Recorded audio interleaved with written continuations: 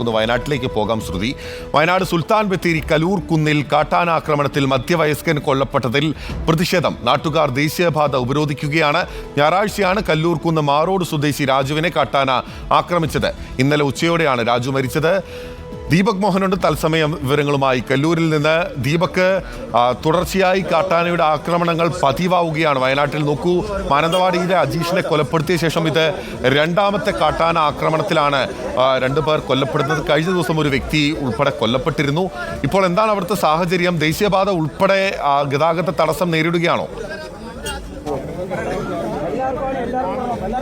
Bill കഴിഞ്ഞ ഞായറാഴ്ച വൈകിട്ടാണ് ഈ സുൽത്താൻ ബത്തേരിയിലെ മാറോട് സ്വദേശിയായ രാജുവിനെ കാട്ടാന ആക്രമിച്ചത്. തുടർന്ന് ഇയാൾ ആശുപത്രിയിൽ പ്രവേശിപ്പിച്ചിരുന്നു. ഇന്നലെ ഉച്ചയോടുകൂടിയാണ് രാജു കോഴിക്കോട് സ്വകാര്യ ആശുപത്രിയിൽ പ്രവേശിപ്പിച്ച രാജു മരണത്തിന് കീഴടങ്ങിയത്. ഇതിനെ തുടർന്നാണ് ഇന്ന് ഈ പ്രദേശവാസികൾ വലിയ തോതിലുള്ള ഒരു പ്രതിഷേധം നടത്തുന്നത്. ചേട്ടാ, എന്താ ഇവിടെ സ്ഥിതി? ആനേനെ പ്രശ്നം എന്ന് പറഞ്ഞാൽ ഞങ്ങളെ 3 ആളായി അതിക്രമിച്ച് കിടക്കുന്നത്. ഇത് 3ാമത്തെ ആളാണ്. ഒരേ വീട്ടിൽ 2 അതേസമയത്ത് ഇവൻ അന്ന് അതിക്രമിച്ചു. ഞങ്ങളെ പല തവണയായിട്ട് ഞങ്ങൾ ഫോറസ്റ്റുകാരോട് ഓരോ ദിവസവും ഇങ്ങനെ സംഭവിക്കുമ്പോഴൊക്കെ വരണം എന്ന് പറയും. ഇവർ ഇന്നലെ അവിടെ സംഭവിച്ചിട്ട് രാത്രി സംഭവിച്ചിട്ട് ഞങ്ങൾ ഒരു 8-10 കോൾ വിളിച്ച് ഫോറസ്റ്റ് സ്റ്റേഷൻ മൊത്തം ഞങ്ങൾ വിളിച്ചു. ഒരാളും വന്നില്ല. ആ സമയത്ത് ഞങ്ങൾ ഇന്നലെ DFO അവിടെ വന്ന സ്ഥലത്തിൽ ഒരു കോൾ കൊണ്ട് ആ ഫോറസ്റ്റ് സ്റ്റേഷനിലുള്ള വണ്ടികൾ മൊത്തം അവിടെ എത്തി. അപ്പൊ ഞങ്ങൾ രാത്രി ആളെ കൊണ്ടുപോകാനോ ഒരു വാർഡത്തിന് ഒരു ആംബുലൻസിനോ അല്ലെങ്കിൽ ഫോറസ്റ്റ് വണ്ടിക്കാരോ വരാറില്ല. വന്നിട്ട് അവർ വരും. ഞങ്ങൾ വന്നിട്ട് ചോദിക്കുമ്പോൾ ഇവരെന്താ പറയാന്നറിയോ? അവിടെ നിന്ന് വന്നിട്ട് ഒരു 10 മിനിറ്റ് എന്നിട്ട് പറയും ഞങ്ങൾ ഭക്ഷണം കഴിച്ചില്ല, വെള്ളം കഴിച്ചില്ല. അതേ വാട വന്നിട്ട് അവർ പോക്കങ്ങ് പോകും. അപ്പൊ ഞങ്ങൾ ആ പ്രദേശത്തുള്ള ആൾക്കാർ കൂടിയിട്ടാണ് ഈ ആനനെ ഓട്ടിച്ചിട്ട് രക്ഷപ്പെടുത്തുന്നത്. അങ്ങനെ വരുമ്പോൾ ഇവർക്ക് എന്താ? പ്രദേശവാസികൾ പറയുന്ന പോലെ ഈ ഫോറസ്റ്റിന്റെ വനംവകുപ്പ് ജീവനക്കാരുടെ ഭാഗത്ത് നിന്ന് വലിയൊരു അനാസ്ഥയുണ്ട്. മിക്ക സമയങ്ങളിലും ഈ ജനവാസ മേഖലകളോട് ചേർന്ന പ്രദേശത്ത് കാട്ടാനകളോ അങ്ങനെയുള്ള വന്യജീവികളോ വരുന്ന സമയത്ത് വനംവകുപ്പ് ജീവനക്കാരെ വിവരമറിയിച്ചാൽ അവർ കൃത്യസമയത്ത് ഇവിടെ എത്താറില്ല എന്നാണ് പ്രദേശവാസികൾ പറയുന്നത്. എന്താണ് ചേച്ചി, എന്താണ് നിങ്ങൾ? സ്ഥിരമായിട്ട് വരുന്ന വഴികളിൽ ഒരു ലൈറ്റ് പോലും ഈ സർക്കാർ ഉണ്ടാക്കി വെച്ചിട്ടില്ല. അവിടെ ഈ ബിജു എന്ന് പറഞ്ഞത് ഇവരെ ഏട്ടന്റെ മകനാണ്. അവന് തളർന്നു കിടപ്പായിട്ട് എത്ര വർഷമായി. ഒരു രാഷ്ട്രീയ പാർട്ടിയോ മറ്റോ ഒരു ഉദ്യോഗസ്ഥരോ തിരിഞ്ഞു നോക്കിയിട്ട് പോലുമില്ല. ഇവർ പറയുന്നത് പോലെ തന്നെ 2019 രാജുവിന്റെ അനന്തരവനായ ബിജുവിനെ കാട്ടാൻ ആക്രമിച്ചിരുന്നു. ബിജു ഇപ്പോഴും തളർന്ന് വീൽചെയറിൽ തന്നെയാണ്. അതിനിടയിലാണ് വീണ്ടും കാട്ടാനയുടെ ആക്രമണം ഉണ്ടായത്. അതുകൊണ്ട് തന്നെയാണ് ഇപ്പോൾ ഈ രാജുവിന്റെ മൃതദേഹം കോഴിക്കോട് നിന്ന് അല്പസമയത്തിനുള്ളിൽ ഇങ്ങോട്ടേക്ക് എത്തിക്കുന്നുണ്ട്. അതിനെ തുടർന്നാണ് ഇവർ ഈ പ്രദേശവാസികൾ ഇവിടെ ഈ ദേശീയപാത ഉപരോധിച്ചുകൊണ്ടിരിക്കുന്നത്. എന്താണ് നിങ്ങൾ പറയുന്നത്? എന്താണ് മൃതദേഹം തടയാനുള്ള ഞങ്ങളെ പ്രശ്നം എന്താ വെച്ചാല്, പിന്നെ രാജുവിന് കുടുംബത്തിന് 50 ലക്ഷം രൂപ സ്ഥിരമായി മോന് ഒരു ജോലി, താൽക്കാലിക ജോലിയല്ല, സ്ഥിരമായ ജോലി. പിന്നെ എന്ന് പറഞ്ഞാല് ബിജു അവന്റെ ഏട്ടന്റെ മോനാണ് അരയ്ക്ക് തളർന്ന് കിടക്കുന്ന 5 വർഷമായി കിടക്കുന്നത്. അത് ആന തട്ടിയിട്ട് തന്നെയാണ്. അതായത് എന്റെ വീടിന് തൊട്ട് ഒരു വലിയൊരു വെള്ളക്കെട്ടുണ്ട്. ആ വെള്ളക്കെട്ടിന് സമീപമാണ് ഇവനെ ആന തട്ടി ഇതാകുന്നത്.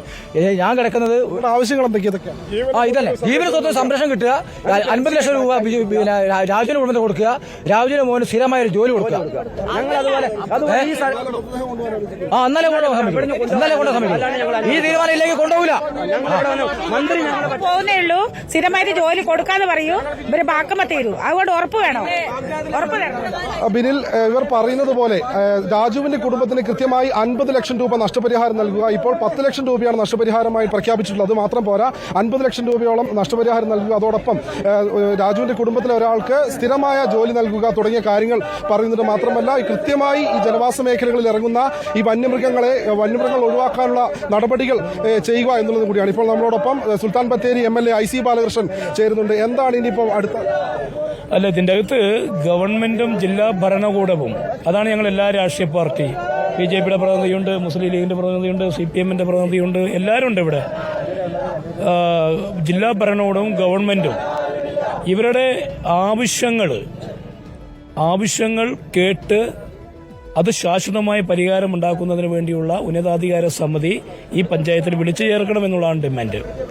കാരണം അപ്പോൾ ഞങ്ങൾ ഇവിടുത്തെ കാര്യങ്ങളൊക്കെ ഞങ്ങൾ മുന്നോട്ട് പോകും. മാത്രമല്ല, ആ ചർച്ചയിൽ കോളനിയുടെ 2 പ്രതിനിധികൾ അവരും കൂടി ഉണ്ടാകണം. MLA പറയുന്നത് പോലെ കൃത്യമായി ഇവിടെയുള്ള ഈ ആദിവാസി കോളനികളുടെ പ്രതിനിധികൾ അടക്കം രാഷ്ട്രീയ ഭേദമന്യുള്ള ഒരു സമരമാണ് അവിടെ നടക്കുന്നതെന്ന് വ്യക്തമാണ്. എല്ലാ പാർട്ടിയുടെയും പ്രതിനിധികൾ IC ബാലകൃഷ്ണൻ MLA ചൂണ്ടിക്കാട്ടിയതുപോലെ അവിടെ ഉണ്ട്. ഒരു പ്രധാനപ്പെട്ട കാര്യമെന്ന് പറയുന്നത് ദേശീയപാത 766 ഈ സമരം നടന്നുകൊണ്ടിരിക്കുന്നത്. കോഴിക്കോട് കൊല്ലേകൾ ദേശീയപാതയാണ്, ബംഗളൂരുവിലേക്കുള്ള ഏറ്റവും പ്രധാനപ്പെട്ട പാതയാണ്. അവിടെ ഗതാഗത തടസ്സം ഏത് വിധത്തിലാണ് ദീപക് ഇപ്പോൾ ഉള്ളത്? നിലവിൽ അല്പം അരമണിക്കൂർ മുൻപാണ് ഈ ദേശീയപാത ഉപരോധിക്കുന്ന രീതിയിലേക്ക് എത്തിയത്.